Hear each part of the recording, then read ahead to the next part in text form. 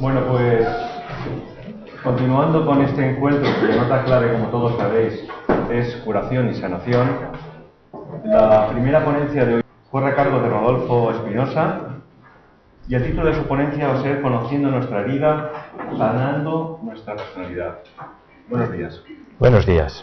Buenos días a todos. Voy a estar de pie porque prefiero este modo de estar. Quiero presentaros una ponencia que busca ayudarnos a conocer nuestra personalidad. Nuestra personalidad es esa parte de nosotros más externa, esa parte más accesible, pero no por ello más fácilmente cambiable. Nuestra personalidad está compuesta de un cuerpo físico etérico, un cuerpo emocional y un cuerpo mental. Eso significa que está compuesta de vitalidad, de sustancia densa, de emociones y de pensamientos. La tarea que tiene todo aspirante a la luz primeramente es el trabajo con su personalidad. ¿Por qué? Esa personalidad tiene que convertirse en su día en el instrumento del alma, como un jinete con un caballo. El alma tiene que llegar a ser el jinete que dirija a un caballo dócil y que lo lleve donde quiera.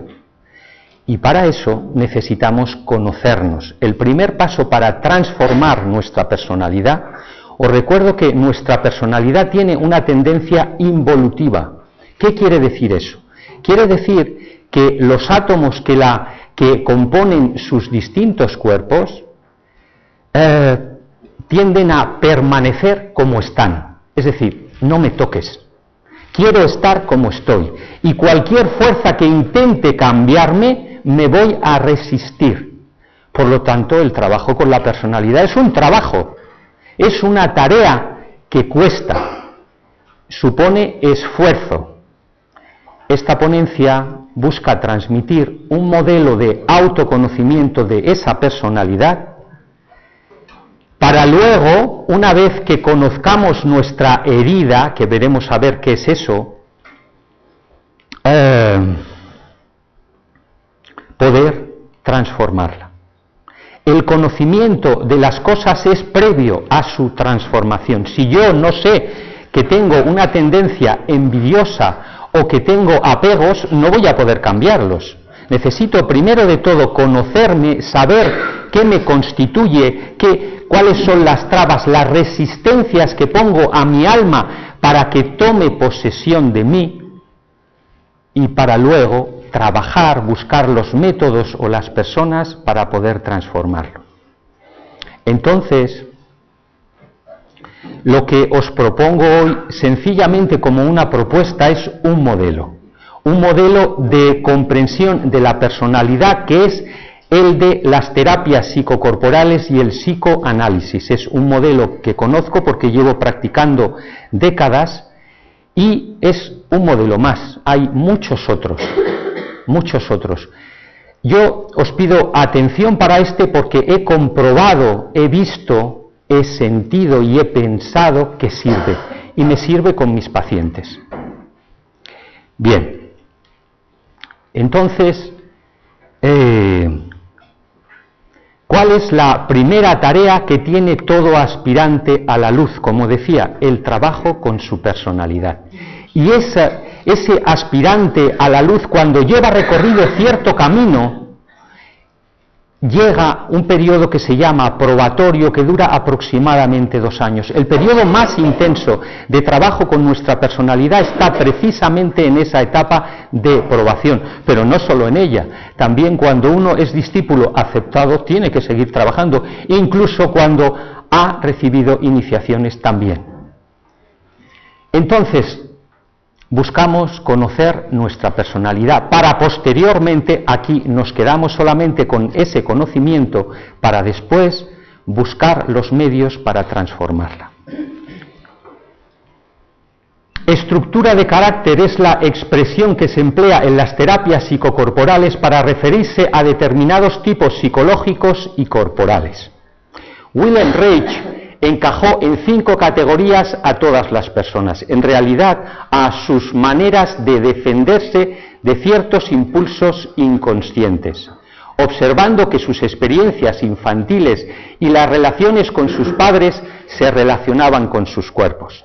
Nuestra psicología convencional trabaja con la comprensión de nuestra mente, incluyendo dentro de esa mente a nuestras emociones. Entonces, las terapias psicocorporales aportaron algo más, es decir, dijeron, eso que contemplamos en nuestro cuerpo mental, es decir, en nuestro pensamiento, en nuestras creencias, y que también existe en nuestras emociones, se manifiesta también en nuestros cuerpos. Es decir, las defensas que luego veremos que son esas resistencias de los átomos a crecer, se manifiestan no solamente en nuestra psique, sino también en nuestro cuerpo. Y precisamente como el cuerpo es algo objetivo, podemos verlo. Y al verlo, clasificando sus tipologías, podemos reconocer esa tipología con más facilidad. Entonces, Wilhelm Reich fue el precursor de esas tipologías corporales, que no es en realidad una clasificación de las personas, sino de el modo en el que se defienden ante la vida. Imaginaros un ejemplo.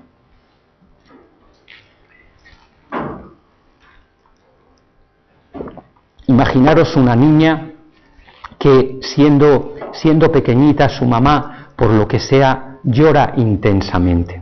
Una niña pequeña no tiene capacidad para contener dentro de ella ese llanto amargo de su mamá. Entonces, vive esa experiencia de un modo traumático, sobre todo si se repite. Entonces, esa niña, si esa situación de llanto de su mamá junto a ella, que no puede contener, que no puede tolerar, se repite, se convierte en un trauma. Un trauma que hará que esa niña, ante cualquier estímulo que le evoque tristeza o llanto, se defenderá.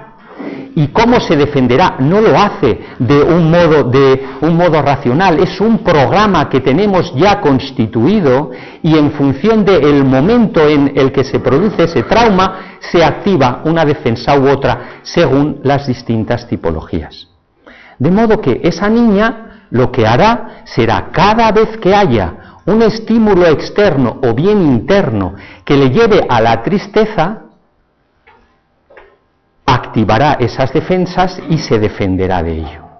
Entonces, a ese tipo de defensas es lo que se llama, al conjunto de esas defensas es lo que se llama estructura de carácter. Entonces Reich decía que personas con cuerpos similares tenían una dinámica psicológica básica también semejante. Posteriormente a él, otros autores como Lowen o Pierrakos dieron una forma más precisa a esas estructuras de carácter a nivel físico y de personalidad. Más adelante, Pierrakos añadió el aspecto espiritual y en la actualidad Barbara Ann Brennan ha desarrollado las pautas aurales y los sistemas de defensa, no solamente psicológicos, sino corporales, que vamos a ver. Una cosa más, esta ponencia tiene 48 diapositivas, trata un tema profundo, es conocer nuestra personalidad. Por lo tanto, en la hora que tenemos no nos va a dar tiempo. Voy a ir tocando solamente ciertos puntos, pero la ponencia completa con todas las explicaciones va a estar en la página web antarkarana.org, y ahí podréis consultarla y verla claramente. Antarkarana con K de kilo.org. Luego, Josep os lo dirá. Bien. Entonces, esto es un resumen de un resumen. Comprended que transmitir cómo se comprende una personalidad humana en una hora es una tarea imposible. Entonces, lo que quiero intentar es transmitiros el interés por conoceros y por ver cómo ciertas tipologías probadas pueden servirnos para vernos en ese espejo. Es muy importante, porque, veréis, nuestro carácter no solamente se manifiesta en nuestra relación con nosotros mismos y, por supuesto, con los demás, sino se manifiesta también en nuestra vida espiritual, en nuestra relación con Dios, en nuestra relación con todo el mundo, con todo lo que llamamos no yo. De modo que, según predomine en nosotros una u otra estructura de carácter, vamos a ver las dificultades que tendremos no solo en la vida de la personalidad, sino como ese caballo va a estar con nosotros todo el tiempo y es el vehículo ineludible a través del cual el alma tiene que expresarse en este mundo, en nuestra relación con Dios, es decir, en nuestra vida interna, vamos a tener los mismos problemas. Y eso es importante comprenderlo, incluso las personas que solo están aquí por motivos espirituales. La espiritualidad, como la entiendo yo, incluye todo, y es una continuidad, no es algo separado. Por lo tanto, conocer esta parte nuestra más externa nos va a dar la clave para conocer también lo demás. Entonces, para entrar ya de lleno, los seres vivos se manifiestan porque surge de ellos, de dentro, surgen impulsos. Esos impulsos, de un modo básico, pueden clasificarse de dos maneras, como permitidos o no permitidos. ¿Por qué? Por nuestro inconsciente, es decir, por el conjunto de información y de distorsiones que tenemos dentro, fruto de las experiencias infantiles que hemos tenido. Entonces, cuando esos impulsos son no permitidos, significa que hay algo dentro de nosotros que pone una barrera a eso, que impide o que dificulta la expresión plena de la vida dentro de nosotros. Entonces, esos impulsos no permitidos dan lugar a los rasgos de carácter. Y el conjunto de los rasgos de carácter, el conjunto de esos tipos de traumas que cada uno tenemos, y no hace falta que nos pase algo grave como una violación, no. Cuando hablo de traumas, hablo de llorar sin que la mamá te coja, hablo de que te sientas traicionado por un amiguito o por tu papá, o porque sientas rechazo más o menos continuado por alguien importante para ti. Cuando hablo de traumas, no me refiero solo a cosas muy llamativas, sino a pequeños y cotidianos traumas repetidos.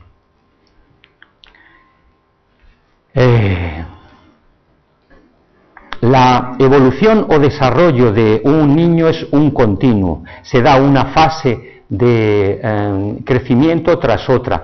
De modo que si en cierto momento de ese desarrollo se produce un trauma, no solo se quedará fijado ese niño en esa etapa, sino que las etapas posteriores quedarán afectadas. El carácter, ese conjunto de defensas, se esboza en la infancia, hasta los 7 años más o menos, y se consolida teniendo una segunda oportunidad en nuestra adolescencia.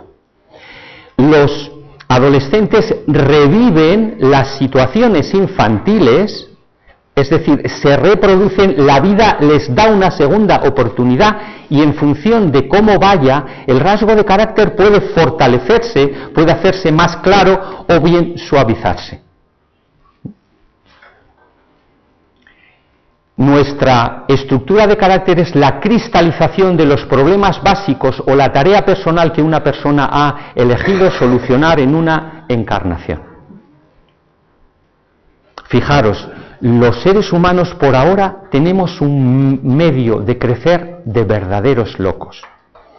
El alma elige el lugar en el cual nacemos, los padres, el entorno, el país. ¿Pero sabéis para qué? Elige ese lugar en función de nuestro karma. Elige ese lugar para solucionar los problemas o la parte de nuestro desarrollo personal que ha quedado interrumpido. Imaginaros que yo tengo una distorsión de ver las cosas grandes, pues entonces nos colocará en una situación con unos padres que van a regar esa semilla que yo traigo de grandeza.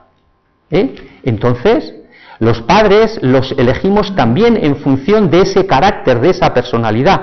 Nacemos en grupos de almas y normalmente el carácter tiene ciertas semejanzas. Esto como paréntesis. Entonces, elegimos unos padres que rieguen la semilla distorsionada que traemos de nuestra personalidad, para luego que eso genere problemas externos o claros y poner los medios para solucionarlo. Fijaros, qué medio de crecer tenemos. Y eso es algo que en el futuro seguro que tiene que cambiar. Tiene que cambiar porque es un desgaste energético y un dolor individual y grupal tan grande que necesitamos cambiarlo. Y por eso es necesario conocernos. Y después de eso, hacer lo necesario para transformarnos.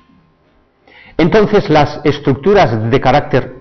tengo que preveniros. Los nombres son muy feos, muy feos. Tienen unos nombres que tienen un origen psicoanalítico y son muy patologizantes. Y los uso porque la literatura que hay los utiliza y para localizarlos pues es necesario nombrarlos así. Pero podríamos llamarlos 1, 2, 3, 4 y 5, es igual, pero para que los localicéis fuera de aquí, los llamo como se suelen nombrar.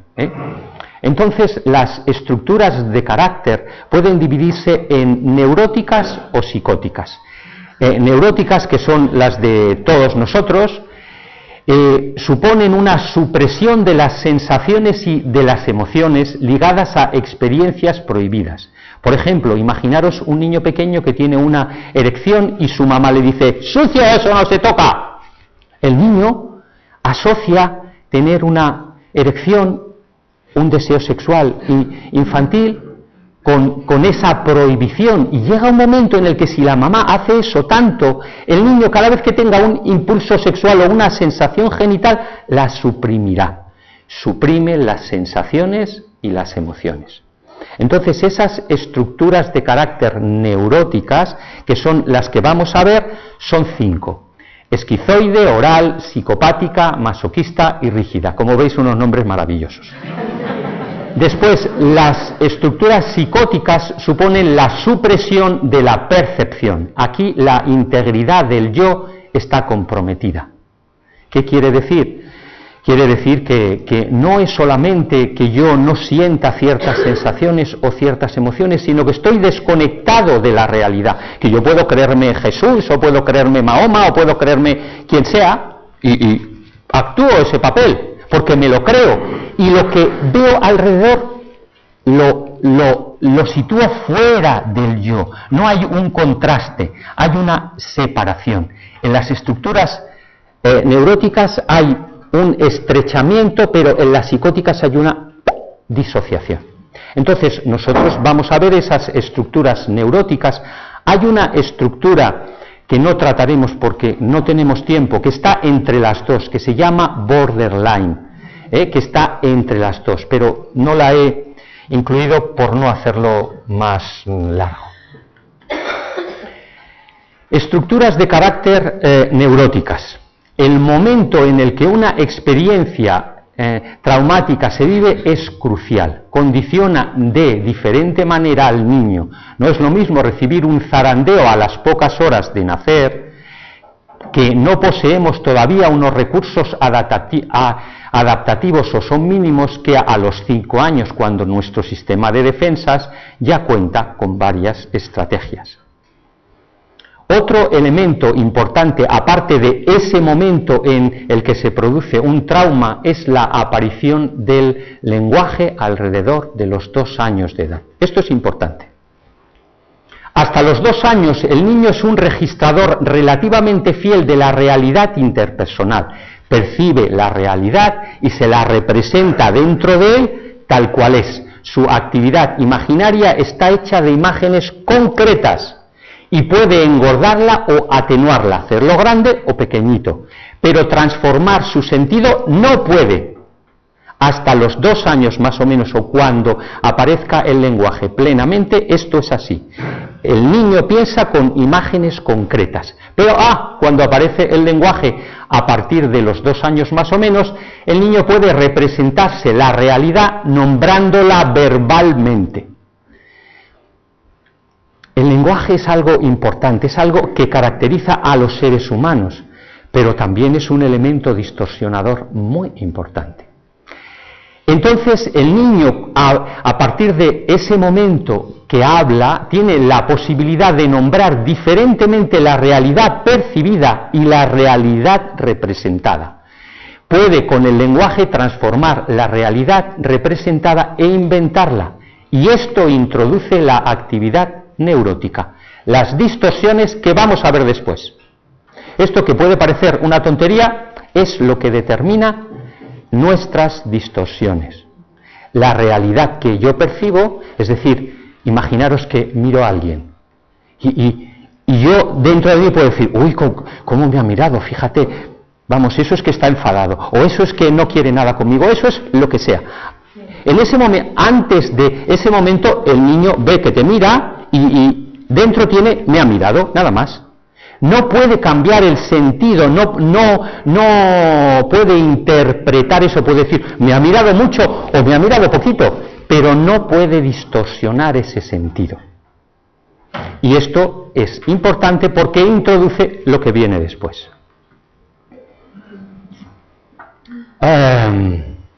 Estas defensas, este carácter, no solo se manifiesta en lo psicológico, como antes comentaba, sino también en nuestros cuerpos energéticos. Recordad que el cuerpo físico es la consecuencia de nuestros cuerpos energéticos. Es decir, que todas esas distorsiones de las que estamos hablando proceden de nuestro cuerpo mental y de nuestro cuerpo emocional, que condicionan después la estructura del cuerpo etérico, que por ciertas zonas circule menos energía, y finalmente que se manifieste en un cuerpo serrano. La dolencia básica que todas las personas tenemos es la falta de aceptación de nosotros mismos y el auto-odio consiguiente. ¿Puede parecer esa palabra de auto-odio muy grandilocuente? Pero no es así. Literalmente nos odiamos. Porque hay cosas que no queremos ver de nosotros. Hay cosas que nos parecen inaceptables de nosotros. Y eso es importante comprenderlo. Por eso el proceso de transformación que viene después del conocimiento parte de aceptar lo que hay, lo que tienes, lo que vives, lo que buenamente puedes ir viendo.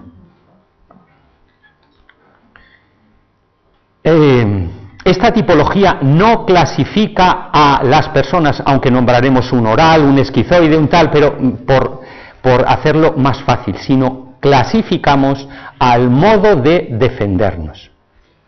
Es muy extraño encontrar un tipo puro de carácter. La mayoría de las personas tenemos varias estructuras de carácter, predominando una que es la más central. Y ahora viene mucha palabrería. Y que por el tiempo solamente vamos a ver alguna pequeña pincelada. Sobre todo voy a hacer hincapié en algún aspecto para que comprendáis a qué me refiero con cada uno de los apartados, y luego hay alguna tipología que cuesta un poquito comprender cuál es su etiología, su origen, cómo se forma. El carácter esquizoide. La palabra esquizoide se aplica a una persona que tiene disminuido su sentido del yo. Su ego es débil y su contacto con su propio cuerpo y sentimientos está considerablemente reducido. Llama el ego a la personalidad, no al alma, como el maestro Dual Culé. ¿Cuándo se produce el momento del trauma que propicia este carácter? Se produce antes de nacer, en la época perinatal, o bien justo cuando se nace, a los pocos días o semanas de nacer.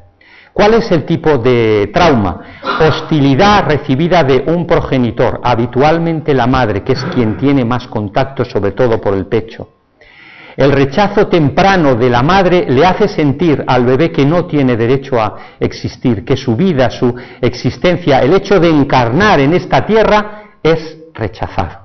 Hay que recordar que no todos los bebés reaccionan igual ante los mismos hechos traumáticos.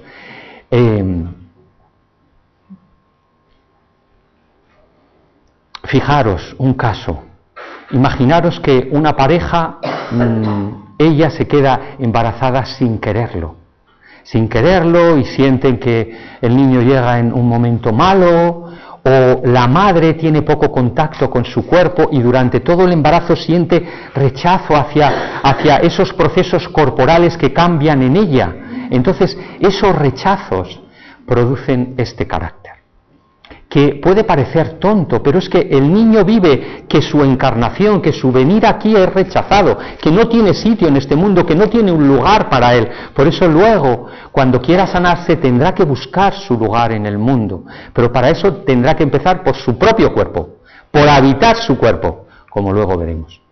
¿Qué defensas utiliza contra el trauma? Se retrocede al mundo del alma. Si no me quieren aquí, me voy arriba, que estaba mejor.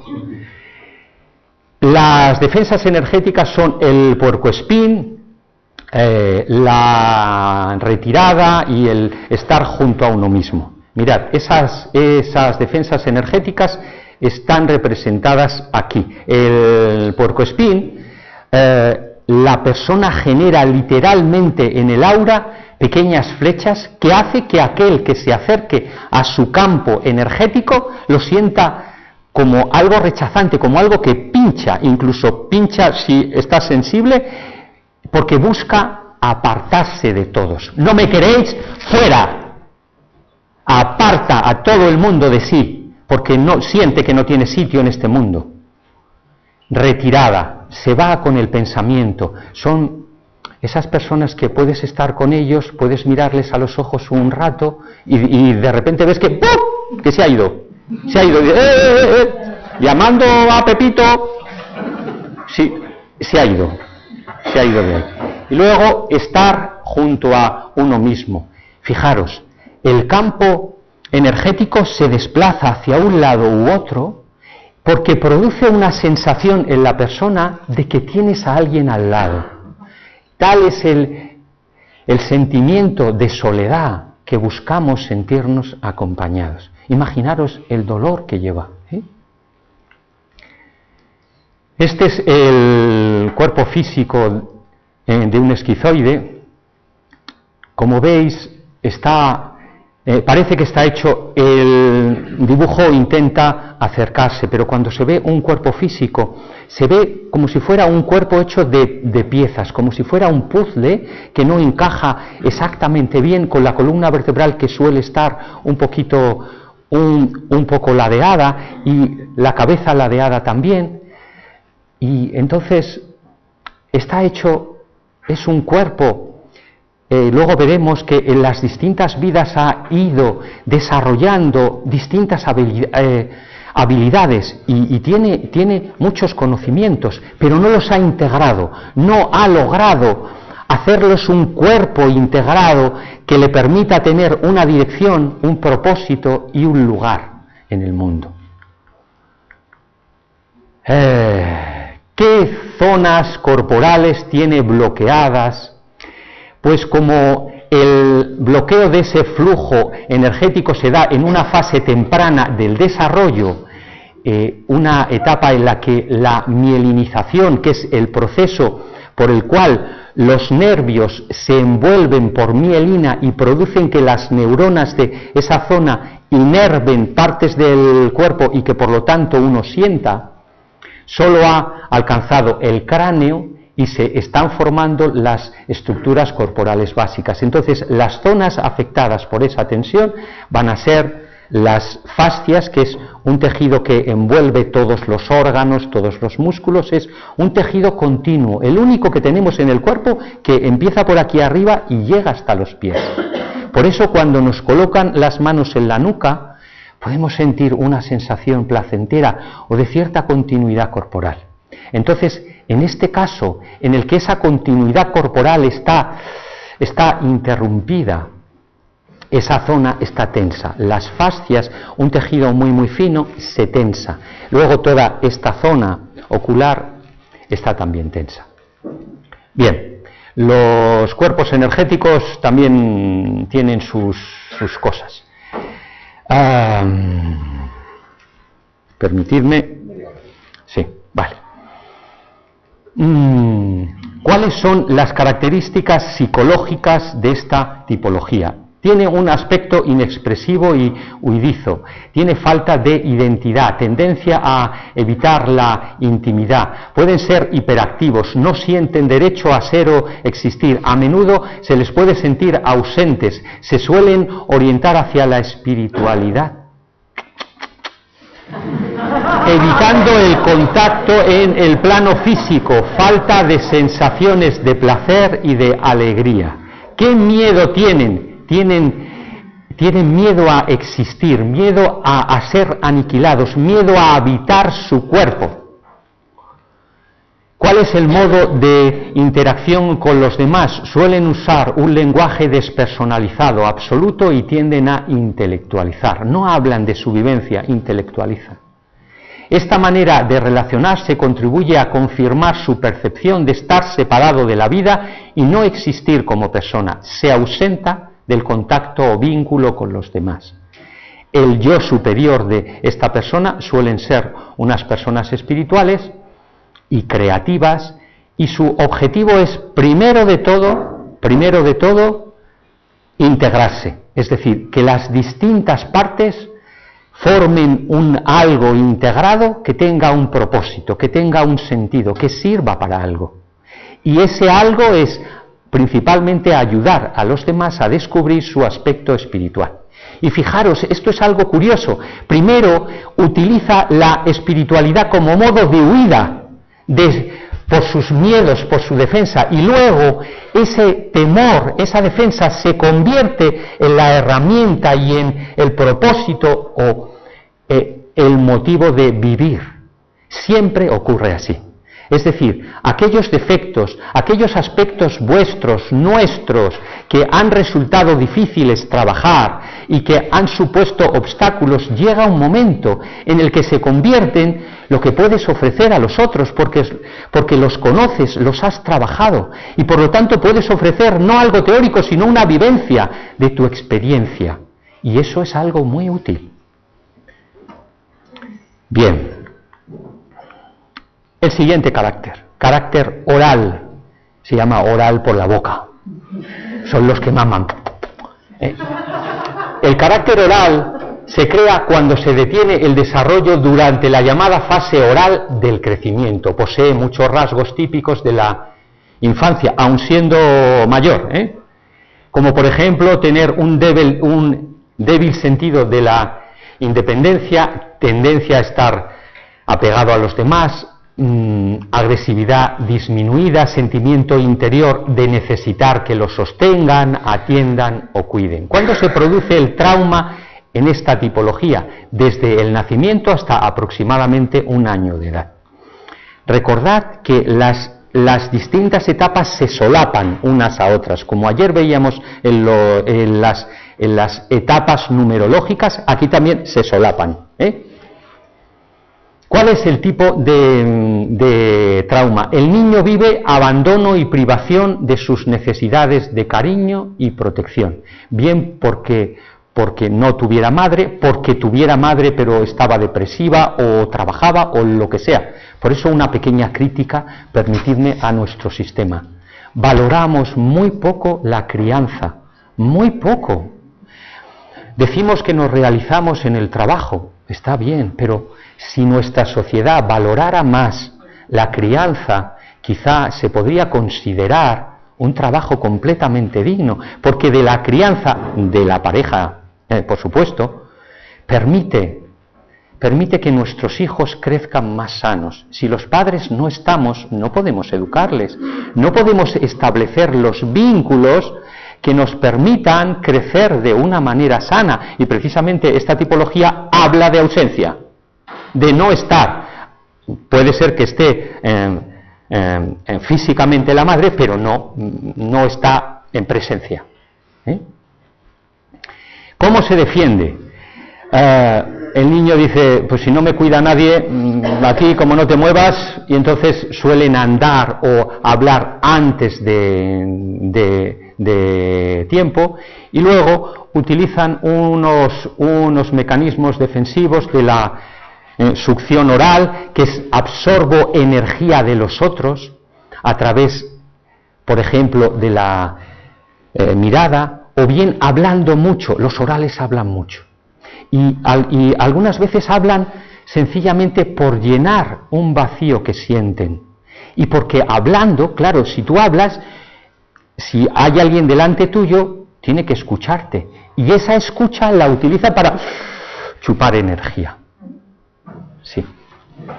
Negación oral, dardos verbales, claro, cuando se enfadan, cuando sienten que no les haces caso, que no tal, dicen verbalmente cosas, cosas agresivas. Luego, una combinación de otros.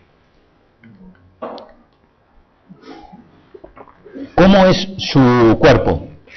Paso distintas cosas. El cuerpo, como veis, tiene poca carga, poca vitalidad. Suelen ser delgados o a veces obesos con poco tono corporal. Sus chakras, como veis, están un poco abiertos. Los de la cabeza, el séptimo y el sexto, sí que suelen estar abiertos. Y luego el segundo chakra, a veces. Bien, como decía, el cuerpo está poco desarrollado y cargado. El tórax está deprimido en la zona del pecho, y su respiración es superficial. No le suele agradar el ejercicio físico. Tiene tensiones en el cuello, en cintura escapular, cabeza, por aquí. Su campo energético está poco cargado, poco activo y es tranquilo. Su energía principal está en la cabeza. Por eso hablan tanto.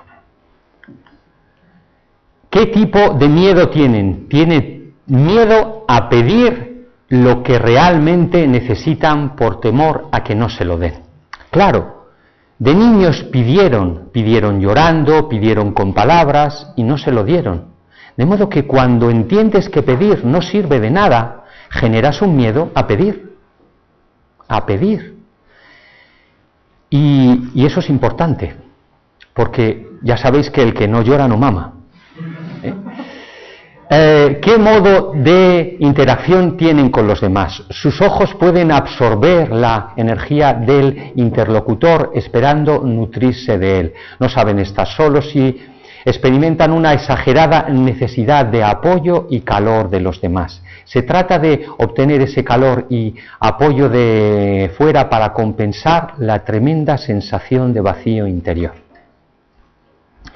Quiero hacer de nuevo un paréntesis aquí. Luego veremos otras estructuras de carácter aparentemente, y recalco aparentemente, que parecen mejores, porque los seres humanos clasificamos así. Pero, ¿sabéis una cosa? En la experiencia terapéutica, los caracteres iniciales, el anterior y este, suelen sanar antes que los otros. Es decir, cuando el yo está más construido, hay que deshacer mucho más y picar piedra en esa estructura. El yo superior de estas personas necesita aprender a confiar en la abundancia de la vida. Sienten escasez y necesitan encontrar esa abundancia de la vida que nos da todo lo que necesitamos, absolutamente todo. Pero para eso hay que confiar. Carácter psicopático, vaya nombre este, y este tiene una retahíla muy larga para explicarlo, porque cuesta comprender un poco cómo se genera este carácter. Tengo que saltarme unas cuantas cosas, porque aquí hay estamos bastantes que tenemos parte de este carácter. La persona que sufre una fijación psicopática ha vivido traición, traición del padre del sexo contrario. Y puede parecer, ¿cómo le va a traicionar su mamá o su papá? Pues se dan ciertas características que ya leeréis, porque es bastante largo, se dan ciertas características que producen, por un lado, manipulación del niño. Imaginaros una pareja, un padre y una madre y un padre que no pasan un buen momento cuando el niño vive esta etapa, no pasan un buen momento entre ellos. Imaginaros que es un niño y que por lo tanto la traición puede sentir la de su mamá. Su mamá siente ese tiempo que su marido no le hace caso o no le atiende y se vuelca en el niño y le hace del niño su hombrecito. Y el niño toma eso como si fuera su papá. ¿Entendéis? E intenta un poco sustituirle. Y luego, claro, ve que su mamá se va con su papá a la cama. ¡Toma! ¿Qué es eso? Esta mamá que me decía esas cosas y el niño siente traición. Tiene una experiencia de traición. Lo simplifico mucho, lo teatralizo porque hay 3 hojas. Entonces, ¿cómo es un carácter psicopático? Veréis. La gente que hace dibujos animados debe de tener fijaciones psicopáticas, porque fijaros en los hombres, hombros amplios y baja y cintura estrecha. Esa es la tipología corporal de un psicopático. Como veis, los cuerpos energéticos tiene los superiores, el séptimo, sexto y el cuarto por atrás.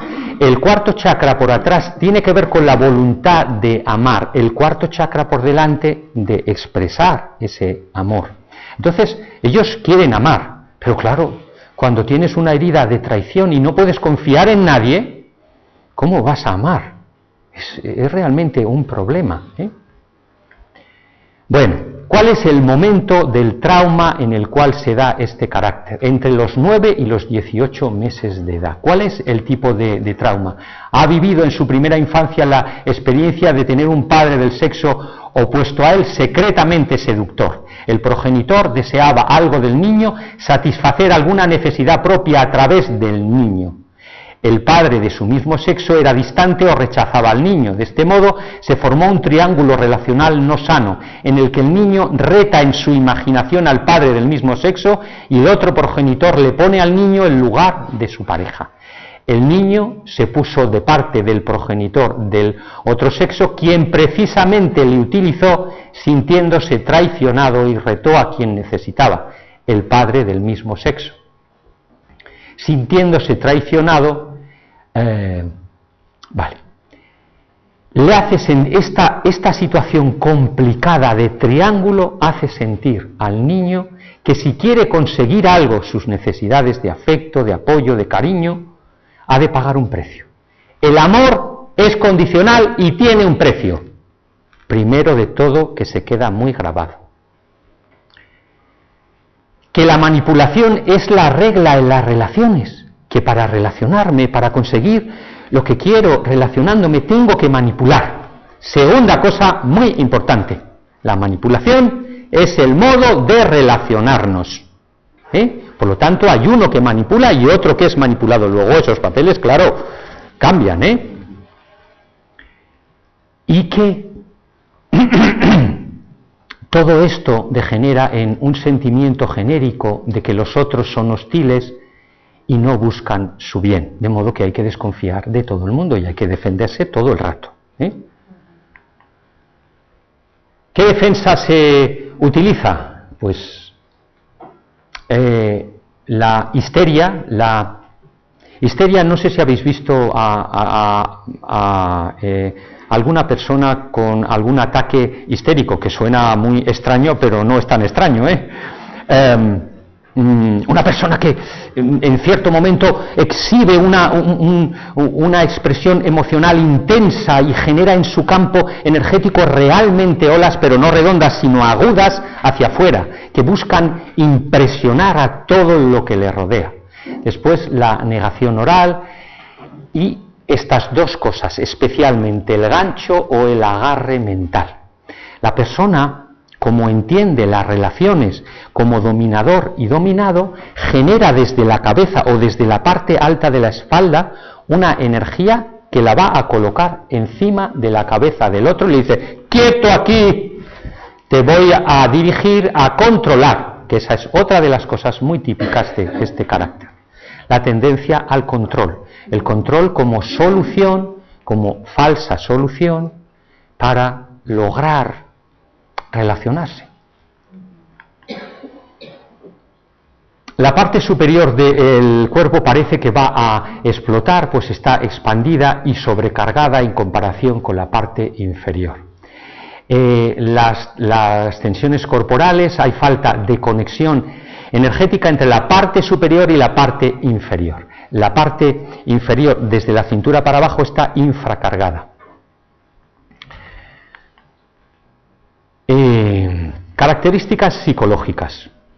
Su vida entera es un campo de batalla, su familia, su trabajo, etc. Habitualmente discute y pelea. Muestra una inclinación hacia el poder y hacia la necesidad de dominar a los demás. Consideran que el mundo es bueno o malo. Aunque esta clasificación pueda parecer infantil, recordad que es inconsciente y por lo tanto no lógica o racional. Precisamente estas fijaciones son partes infantiles que permanecen en nosotros aun siendo adultos. Puede parecernos, qué estúpido es esto, pero es que es inconsciente y un niño tiene mecanismos y comprensiones muy sencillas. De modo que todos nuestros problemas son muy sencillos. Necesitamos amor y aprender a amar. Pero continúo. ¿Qué sucede? Cuando ganan, consideran que son buenos y cuando pierden, demuestran que son malos. En consecuencia, entablan batallas para sentirse buenos y creen que el mundo trata de demostrar que son malos. Suelen asumir más de lo que son capaces, suelen tener mucha tarea. Están convencidos de que su misión en la vida es dirigir una lucha por una causa justa e importante. Su autoconcepto de verdad, no el que muestran, es bajo e invierte la imagen ideal de sí mismo y la hace omnipotente, con sentimientos de superioridad y desprecio hacia los demás. Tiene una gran desconfianza de los demás y se precipitan adelante en el tiempo y viven en un futuro que nunca llega. Tienen miedo a fallar, a equivocarse y miedo a la derrota y a la sumisión. Temen que le controlen y le utilicen. Por eso quiere controlar.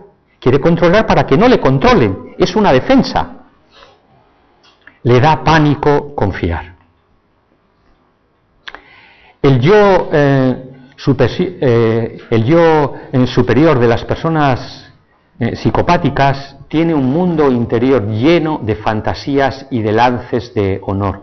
Las personas psicopáticas han vivido muchas vidas siendo soldados, cruzados o situaciones semejantes que han tenido que luchar. Por eso llevan grabado esa idea de lucha.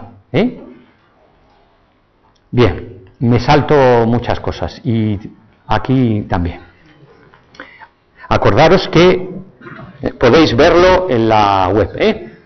La palabra, el carácter masoquista. El carácter masoquista designa la meta pasiva de acceder al placer mediante experiencias dolorosas.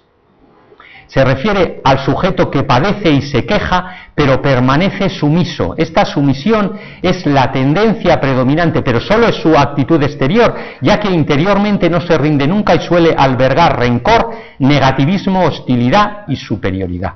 En general suele darse en familias en las que la madre suele ser dominante, asfixiante, abnegada y no soporta las manifestaciones de autonomía o la expresión negativa del niño. El padre suele ser pasivo y resignado. El niño se siente invadido y controlado. Ha vivido muchas vidas en las que han predominado las situaciones en las que se ha visto controlado y atrapado, sin que se le haya permitido expresarse o actuar como quería. probablemente sufrieron presidio sin probablemente o esclavitud. Las personas con carácter masoquista han vivido varias vidas en las que han tenido la experiencia de estar prisioneros. O tener algún estricto control político o religioso por parte de otros. Tuvo que someterse y no pudo expresarse y actuar fuera de la normativa social imperante. Por eso, en su fuero interno anhela la libertad, pero teme reclamarla. Está muy resentido por no tener libertad y culpa a otros de su falta de autonomía y permanece atrapado en la dependencia. La familia en la que elige nacer se convierte en su siguiente prisión y sus padres son sus nuevos carceleros. En la familia no poseyó un espacio personal privado, ni siquiera sintió que poseyera su propio cuerpo. Por ejemplo, las mamás o quien hace esto en casa de estos niños suelen ser invasivas en ciertas cosas. Por ejemplo, cuando el niño hace cacas, le hace que haga cacas cuando ella quiere. Le dice, ponte a hacer caca en el orinal.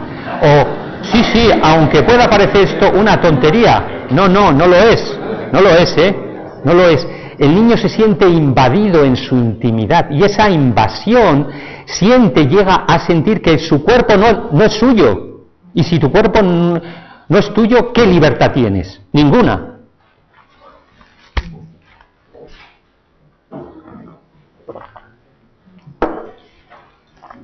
La familia en la que elige nacer se convierte en su siguiente prisión y sus padres son sus nuevos carceleros. En la familia no poseyó un espacio personal privado, ni siquiera sintió que poseyera su propio cuerpo. Si intentaba cualquier intento de expresión personal, acababa sintiéndose culpable por las acciones o palabras de su madre. No se le brindó la oportunidad de individualizarse. La madre lo trató como si fuera suyo o una parte de sí misma, por lo que todo lo que llegaba al niño y todo lo que salía de él era controlado, incluso sus pensamientos, palabras y creaciones. Por ejemplo, el niño hace un dibujito y la mamá coge el dibujito que ha hecho el niño y le dice al papá, mira lo que ha hecho tu hijo, en lugar de que el niño pueda ir al papá, mira lo que he hecho, y el niño contento, mira lo que he hecho. No, la mamá se apropia de eso y dice, mira lo que ha hecho tu hijo. Por ejemplo, esta es una situación cualquiera, que puede parecer una tontería, pero el niño se siente invadido en todo lo que hace y crea.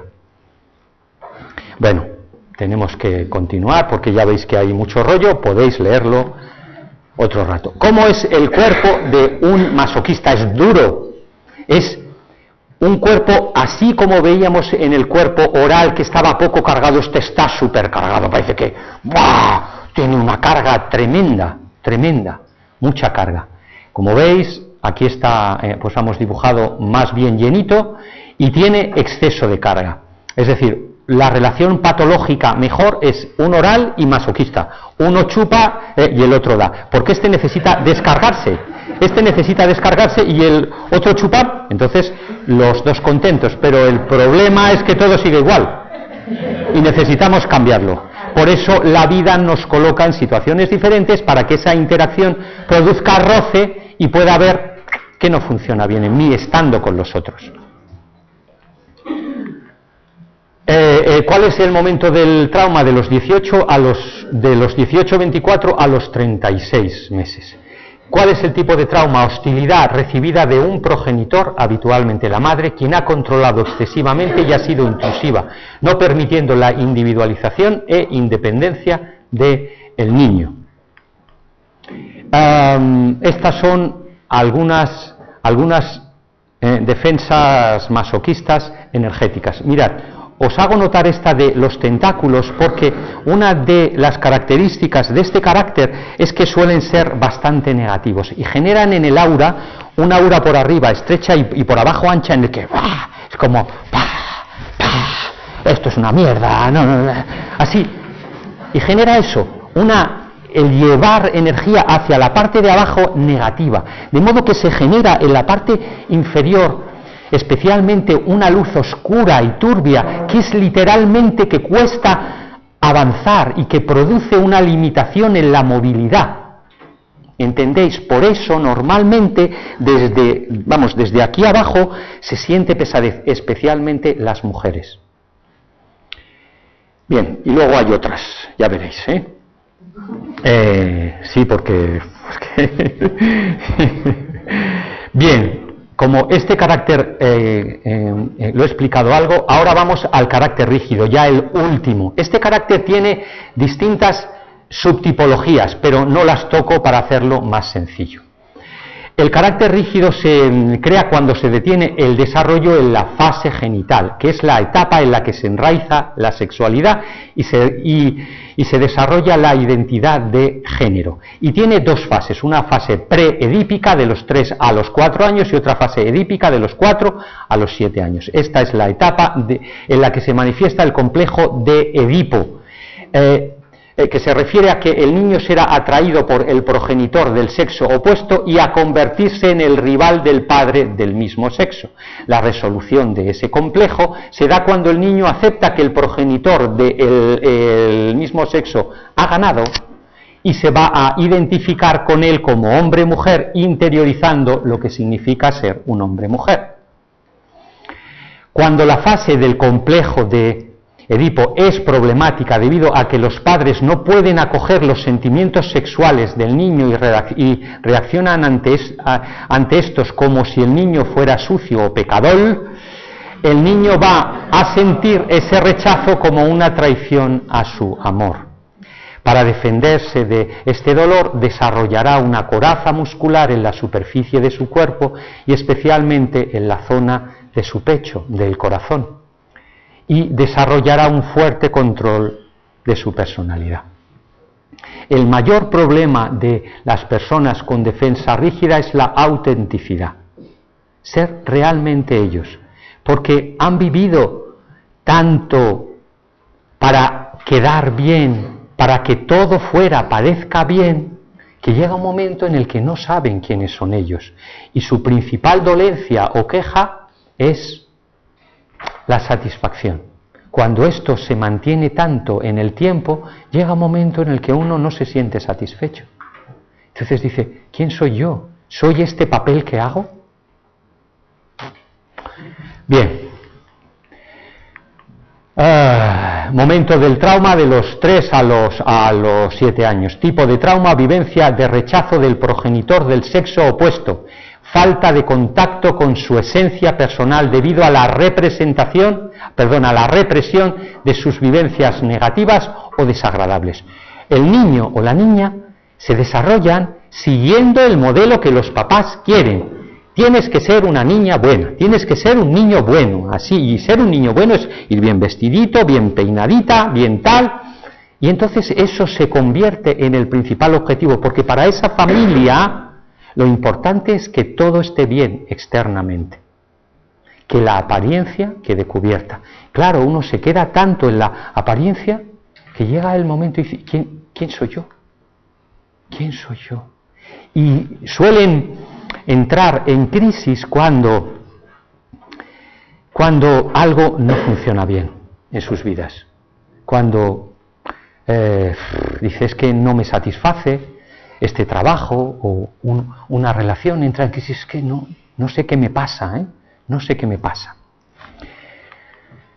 Estas son sus defensas energéticas. Una de ellas que quiero haceros notar es esta retención dentro de límites, que hace que el exterior del campo energético se endurezca. Es como no me va a llegar nada, no me va a afectar nada. Pretende eso.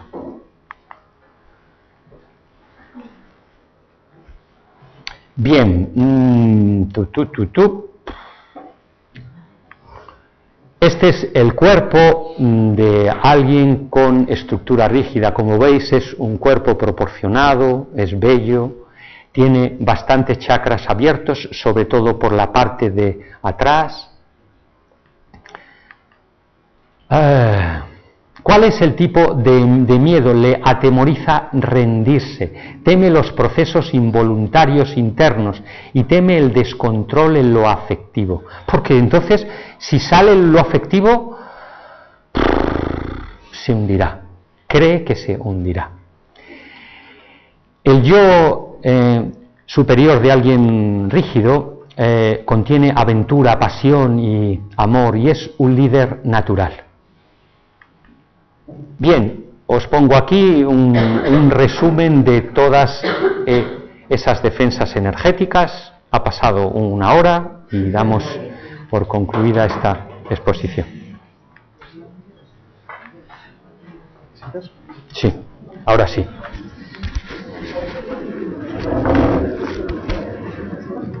Así sí. Muy bien. Bueno, pues muchas gracias. Recordad que esto lo hacemos todos. Eso es para todos, incluidos vosotros, porque todo esto se hace entre todos. Yo expreso, pero soy un poco el portavoz de nuestra energía grupal. Si no hubiera unos oídos atentos y unos ojos que de verdad miran, no podría haber una expresión adecuada.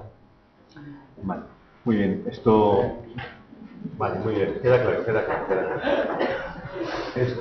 Recordar que las intervenciones, ya sean preguntas o aportaciones, son siempre breves, ¿vale?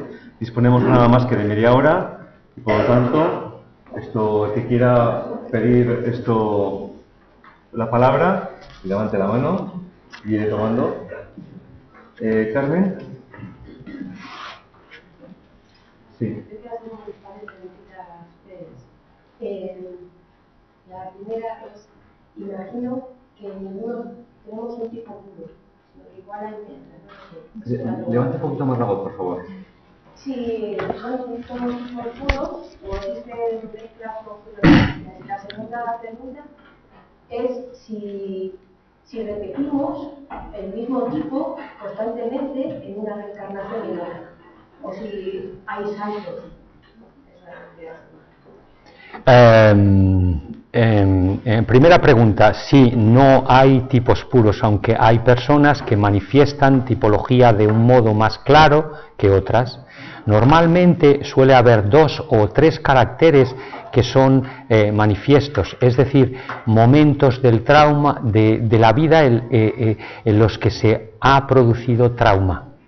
Entonces, pero siempre hay un núcleo, siempre hay una herida básica, por eso se llama conociendo nuestra herida kármica, esa herida. Solemos nacer varias vidas con la misma herida kármica, varias vidas. Tengo ese conocimiento, no sé más, no sé cuándo se cambia, Solo puedo deciros que durante varias vidas nacemos con la misma herida, es decir, se nos propone la resolución de esa distorsión, por lo menos en cierta parte. ¿Toñi? Yo era mezcla también, yo iba a hacer la misma pregunta, si había mezcla de caracteres, si podía tener una... Sí, ahí sí. Héctor. Sí. Yo creo que las preguntas todas eran las mismas, si había mezclas, está resuelta, y la segunda era, si uno nace donde debe nacer para resolver sus problemas, ¿por qué siempre aparecen los problemas? Desgraciadamente así hacemos. Eso es algo que cuando lo concienciamos, realmente decimos, y estamos ya en la 5ª raza raíz, porque realmente el método que tenemos para crecer es horrible, de un desgaste tremendo, tremendo. Pero llegará el día en el que las familias acogerán a seres amorosamente y crecerán niños con muy pocos traumas, que serán luego padres con pocos traumas y que harán poco a poco que la raza mejore.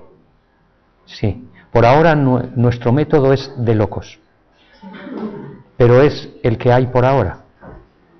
¿Santiago? Sí. Como veo la importancia que es la educación desde que uno nace, mi pregunta es la siguiente. ¿Este método actual de llevar tan tempranamente a los niños a la guardería es mejor, es peor? ¿Cómo lo valoras? ¿Qué opinas? O sea, ¿qué me puede decir sobre esto? Yo creo, Santiago, que no hace falta que te diga nada. Tú ya tienes ideas. Pero mirad. Mirad. Por eso antes mi crítica velada a nuestra organización social. Es que un niño, el ser humano tiene un proceso de crecimiento muy largo hasta que se hace independiente. Pero ¿qué pasa? Que dedicarse a un niño, nuestra sociedad lo considera una labor pequeña o poco valorable. Consideramos más hacer una tarea profesional por la que nos pagan un dinero. Quizá eso pueda tener solución con que el Estado pague al cuidador o cuidadores, pero un niño necesita del cariño, del cuidado, de la compañía, de la atención, del tutelar el crecimiento. Lo necesitamos todos. Lo necesitamos. Y nuestra sociedad, el llevar a la guardería colocando al niño como dejas un objeto casi en una estantería, es inadecuado desde mi pequeño punto de vista. Recordad que os expreso solamente mi percepción, que es limitada. ¿Alfonso? Echándole una mano a Rodolfo en referente a las vidas cuando se encarnan, siempre en teoría, porque se sabe, porque se nos ha hablado, es cierto que se encarna varias veces con el mismo problema, pero en diferentes situaciones astrológicas. Ahí están las cruces y nos situamos, es decir, ese mismo problema se encara desde diferentes aspectos. Y si el naciente, la persona, ya está en el sendero, entonces se complica más añadiendo los rayos. Se ve el mismo problema desde una cruz diferente y desde un rayo diferente. De hecho, el alma, cuando encarna, por ejemplo, una vida media, actualmente son 80 años, más o menos.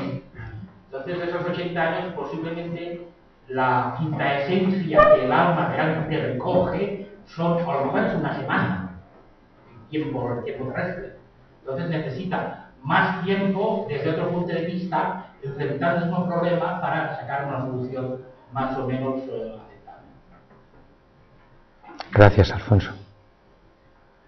¿Nati? Sí, bueno, yo quería comentar que, bueno, estoy totalmente de acuerdo con lo que has comentado. En cuanto a que elegimos la familia, elegimos el momento, elegimos porque ese es nuestro contexto donde vamos a poder desarrollarnos y a poder crearnos esas heridas para luego sanarnos, ¿no? Pero como has comentado, es el camino del dolor y del sufrimiento. Por ahora, ¿no? Es lo que tenemos y, como tú muy bien has comentado, con eso es lo que hay que trabajar. Y yo quería comentar que llevo 2 años trabajándome internamente, todo lo que soy, todo lo que he venido, toda la personalidad, las creencias, las emociones, el cuerpo físico. Y me gustaría destacar que para llegar a ese punto de tocar la herida del niño, hace falta mucha honestidad, muchísima honestidad. Y hace falta traspasar ese miedo, esa capa protectora del ego, ¿no? Que lo que realmente el ego lo que hace es protegernos de no sentir dolor y además cuando la sentimos lo que hace es, bueno, pues defendernos a través de pues yo he localizado pues la queja, el rechazo, la huida, tenemos muchos mecanismos de defensa y bueno, un poco compartir que yo el fin de semana pasada estuve reunida en este trabajo que estoy haciendo y en un momento que el ego, pues bueno, al estar un poco trabajado, pues se va un poco relajando, ¿no? Y entonces va un poco viniendo esa información porque viene y con esa honestidad y con ese ego un poquito más bajo, pues me apareció una idea, ¿no? Que era que no sabía amar, yo no sé amar.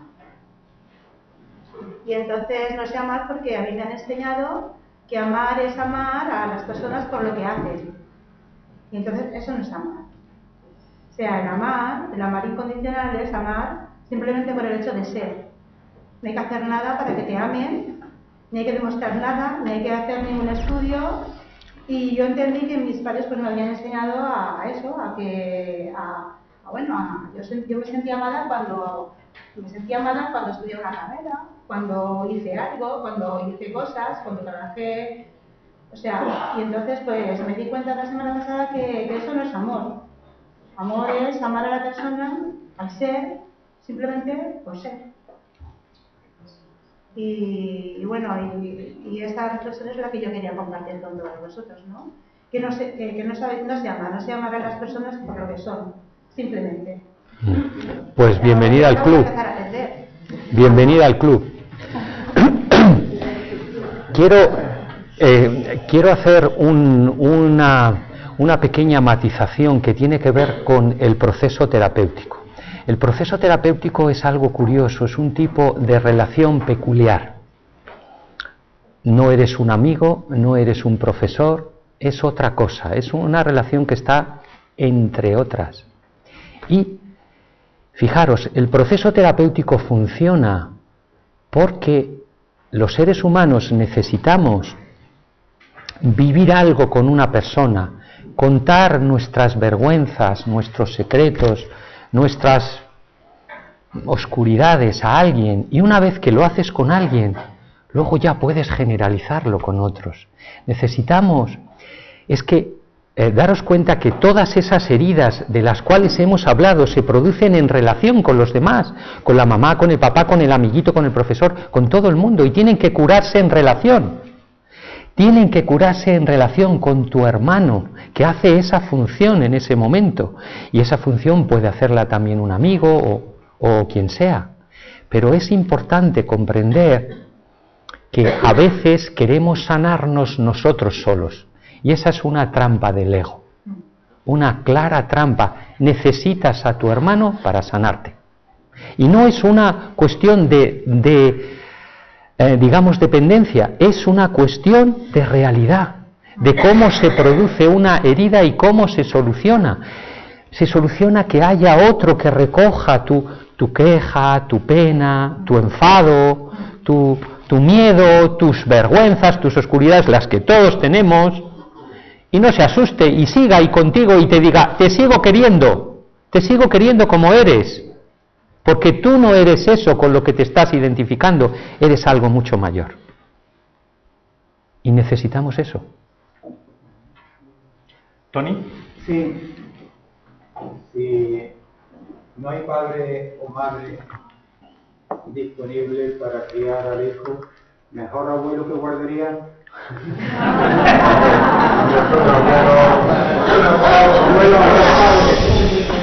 No lo sé.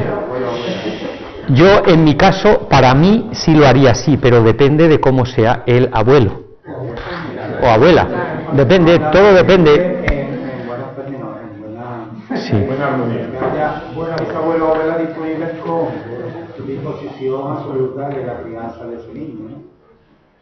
Yo creo que tú ya sabes la, pues vamos, respuesta. Abuelo o abuela. Sí. ¿Auxi? Gracias por la charla. Y quería comentar, por ejemplo, que como madre yo me he visto identificada en una serie de situaciones que he expuesto. Y estamos en la sanación de una herida de tanto de mis hijos como yo. ¿Existe eso un karma? No sé, no entiendo eso. Me levanto porque esta pregunta es interesante. Forma parte del tema importante. Yo también me veo ahí, visto como padre, ¿eh? Yo también, y todo el mundo podemos vernos ahí. Lo importante es que cuando nos vamos sanando, cuando un padre o una madre o un abuelo se va sanando, sus hijos y todas las personas con las que se relacionan se sanan también, porque estamos unidos a través de los chakras. Los padres y los hijos tienen conexión a través de todos los chakras por los cordones relacionales, que son tubitos de luz que nos conectan con los hijos o con los abuelos indirectamente, ¿sabéis? De modo que cuando tú te sanas, cuando esas distorsiones las vas difuminando, cuando esos miedos se van suavizando, o cuando lo que sea que comprendas que tienes que hacer, eso que tú eres, incluso aunque no tengas contacto físico, le va a llegar a tu hijo, le va a llegar, y a tus nietos indirectamente a través de su madre o padre. De modo que esto que vamos a ver aquí, que inevitablemente lo hemos hecho mal todos, yo incluso sabiendo he metido la pata, incluso teniendo el conocimiento teórico he metido la pata, para que veáis, lo digo para que comprendamos que no somos perfectos, que estamos en ese camino, y por lo tanto no hay que culpabilizarse por identificarnos con actitudes negativas o inadecuadas que hemos descrito o que leeréis. No se trata de culpabilizarnos, sino de reconocernos. Cuando te reconoces dices, bueno, ¿qué hago con esto? Puedes decir, bueno, es que... entonces no harás nada y continuarás igual. Y eso, aunque no se manifieste, seguirá latente. Y la próxima vida u otra tendrás que afrontarlo. De modo que la tarea hay que afrontarla. Pero, por favor, no utilicéis esto porque el ego lo hace para culpabilizarnos. No es para culpabilizarnos, es para reconocer lo inadecuado y lo corregible, nada más.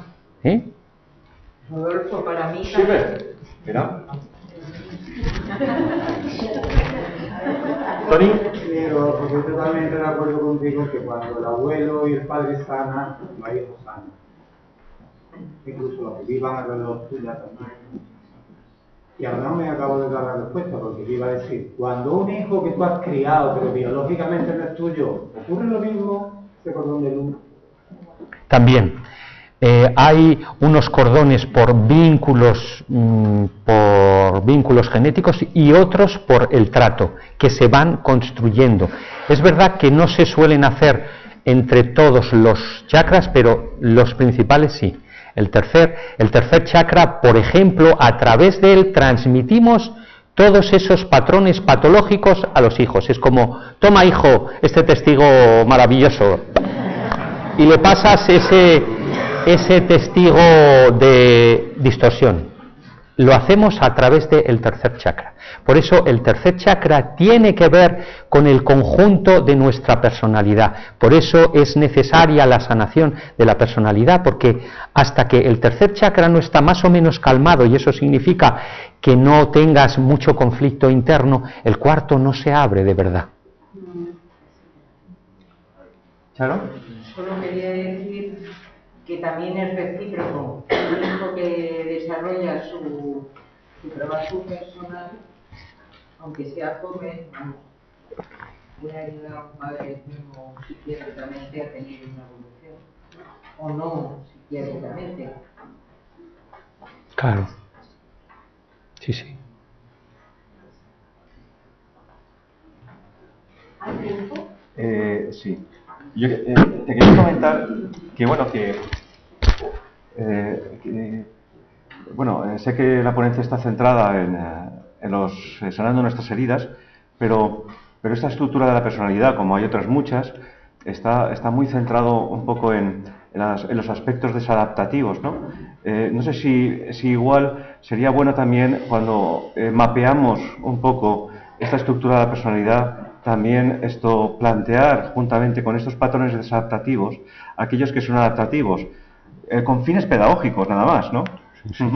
Sí, claro que sí. Pero, ¿qué sucede? Observaos vosotros mismos. Veréis cómo las cosas que funcionan bien en vuestra vida apenas les prestáis atención. Así es. La gente viene a terapia el 90% porque tiene síntomas. Es rara la gente que viene diciendo, quiero crecer, quiero mejorar, porque yo siento que puedo ser más feliz. No. Muy poca gente viene así. Venimos por síntomas, que me duele algo, que me pasa tal, que no tengo hijos, que lo que sea. Entonces, es verdad, este modelo hace hincapié en eso porque el terapeuta pone el foco en lo que no funciona bien para identificar, para diagnosticar y para ver cómo tratar, porque lo que hay que tratar es eso, pero por supuesto se utiliza todos los aspectos positivos que sirven como apoyo, incluso en muchos casos, para hacer notar a la persona, porque lo fácil no lo sueles valorar, no sueles darte cuenta de ello, y necesitas verlo, y necesitas ver esas cosas que funcionan bien en ti, porque eso te hará construir confianza en ti mismo. Y eso es algo necesario para poder cambiar. Si solo vemos lo que no funciona bien, no tendremos fuerzas para cambiar. Tenemos que ver lo que hemos conseguido también, lo que funciona en nuestras vidas, y seguro en todos los casos es mucho. ¿Sí? Perdona, ¿cómo te llamas? Teresa. Teresa. Esos canales que tú decías, los chakras, Tubos de relación. Cuando muere una persona, ¿qué pasa? Recordad que todas nuestras experiencias quedan grabadas en los átomos permanentes de los distintos cuerpos. Eso queda en la memoria de la persona que lo deja y genera el tipo de karma que luego será utilizado por los devas para construir unos cuerpos y relaciones, y dónde nacer o no nacer. Esos vínculos, los vínculos del cuerpo físico etérico y el emocional y el mental inferior se disgregan, pero los vínculos superiores permanecen siempre. Sí. Es decir, recordad que no nacemos por casualidad en una familia, solemos nacer en grupos de almas. Así como bastantes grupos de devas nacen por grupos, son individuales, los devas evolutivos, quiero decir, nacen por grupos, están individualizados, pero nacen por grupos. Los seres humanos también nacemos, lo que pasa es que ponemos o hacemos mucho hincapié en lo individual, pero yo he visto relaciones con familiares míos, con hermanos y tal, de muchísimas vidas. Y mi padre, cuando murió hace unos pocos años, una de las cosas que me dijo fue, en el astral, fue: hemos vivido muchas vidas juntos. Y era del Opus Dei. Quiero decir que lo de las vidas anteriores ni se le ocurría, pero ya en ese plano su visión se había abierto, se había abierto. ¿Entiendes? Mari Carmen. Sí, mira, al principio de la yo tengo una nieta que ahora tiene 11 años y con 3 meses veía a su padre y le llamaba papá. Y es verdad que yo lo presencié, que no me digan que es una ilusión. No. Están naciendo muchos niños que ya pertenecen a la al próximo tipo racial. Yo he visto bastantes niños que tienen visión ampliada, bastantes, y con una conciencia bastante grande, y por eso tenemos que darles un contenedor, una sociedad mejor para poder desarrollarse. ¿Ananda? Volviendo a las guarderías, a mí me surgía como madre y como abuela que en mi época, cuando yo fui niña, no había guarderías, pero sin embargo no tuve presencia porque mi madre no tenía tiempo, porque éramos 7 hijos, ¿no? Entonces, que todo tiene su lado, todo lo que hablemos tiene su lado positivo y negativo, ¿no? Yo llevé a mis niñas a la guardería y eso me sirvió para volver a estar en mi profesión, que era trabajadora social, y por otra parte independizarte económicamente. Qué importante es eso que estamos rompiendo, el estado patriarcal, y que las mujeres estamos tomando nuestro poder y estamos diciendo no y no. Y eso es a través del dinero. Entonces la mujer que trabaja y lleva al niño a la guardería muchas veces es una ruptura muy grande de dentro, porque quieres tener al niño en tus brazos. Y el llevarlo a la guardería, que además están bien preparadas y que pues que también es una ventaja muy grande para que se dé ese paso, ese proceso. Hasta que lleguemos a esa etapa en la que dices tú, Rodolfo, de que ¿no? los niños van a ver a padres más preparados, a abuelos más preparados ya. Pero que yo creo que hacen un buen papel hoy en día. Luego habrá que mirar cada caso, ¿no? Pero bueno, yo creo que yo doy un aplauso por las guarderías en ciertos momentos, en ciertas personas y bien llevado. ¿Vale? Nada que decir. ¿Nati? Sí, bueno, cuando has estado hablando de los niños, de los nuevos niños que van a nacer, pues a mí me ha venido la idea de que estoy oyendo mucho el tema de los índigos, de cristal, de arcoíris. Y bueno, y quería saber, ahora mismo la pregunta es si esos niños cambiará la sociedad o la sociedad cambiará para ellos, o sea, cómo va a ser, porque cómo va a ser o sea, cómo son estos niños, qué diferencia hay entre ellos y cómo va a afectar a la sociedad también. No lo sé. Eso es siempre una interacción. Pero lo que sí os digo, por lo poco que veo en los niños que he visto, el otro día, como no lo conocéis, puedo hablar de ello, le hice una sanación a un niño con 9 años. Su mamá se quedó embarazada de él estando su marido con cáncer. Y cuando el niño tenía 2 años y medio, murió el padre. Y le cuidó el abuelo paterno, con quien tenía un vínculo muy estrecho. Y a los 5 años del niño murió el abuelo paterno. Era un niño que se expresaba con una riqueza tremenda y hacía el papel psicopático. Identifiqué en él ya esas características psicopáticas de hacerse cargo. Su mamá actualmente se le salía el hombro y el niño dormía con ella por si se le salía el hombro por la noche para colocárselo. Y ya le había pasado 9 veces. El niño con 9 años estaba haciendo de papá de su mamá. Pero este niño, ¿sabéis la fortaleza que hace falta para salir adelante con eso? Pues este niño era muy fuerte. Era un niño de este tiempo. Nacen niños con una determinación tremenda, con el aspecto voluntad mucho más fuerte que nosotros. La determinación. Tener claro dónde van. Y van a romper, van a ir rompiendo ciertas cosas. Y nuestra sociedad pues irá haciéndose con su colaboración, ellos con la nuestra. Y de todos es una obra grupal. Por eso estamos aquí, por eso esto es un encuentro. Estamos buscando crear una sociedad mejor, un hombre mejor, un mundo mejor, un planeta mejor. Por eso estamos aquí, por eso es necesario crecer. Y para eso tenemos que tomar conciencia. Yo por lo menos vengo aquí para eso. Y supongo que todos igual. La última intervención, perdona, ¿cómo te llamas? Luis, adelante. En referencia al carácter masoquista, me ha venido a la cabeza el ejemplo de Cristo, de los favoritas. Hay encarcelado. Se tiene que tocar el reunión y el carácter de todo el mundo que hay por ahí para liberarse de ese carácter, por la tentación. Permíteme que me levante. Exacto, exacto. La venganza.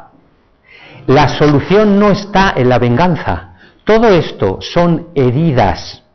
Heridas significa algo que me duele y que cuando pasa algo por ahí y me roza, me duele. Y por lo tanto se lo hago pagar a otros.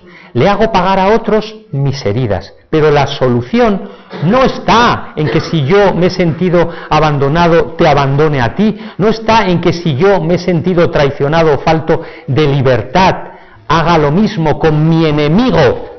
No. Está en perdonar, aprender a comprender que todo eso ha hecho falta para mi crecimiento.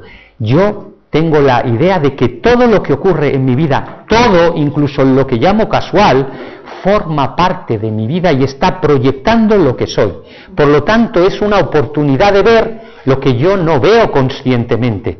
Y si yo tengo privación de libertad, pues significa que no me doy permiso para ser libre, que tengo miedo de romper esas ataduras.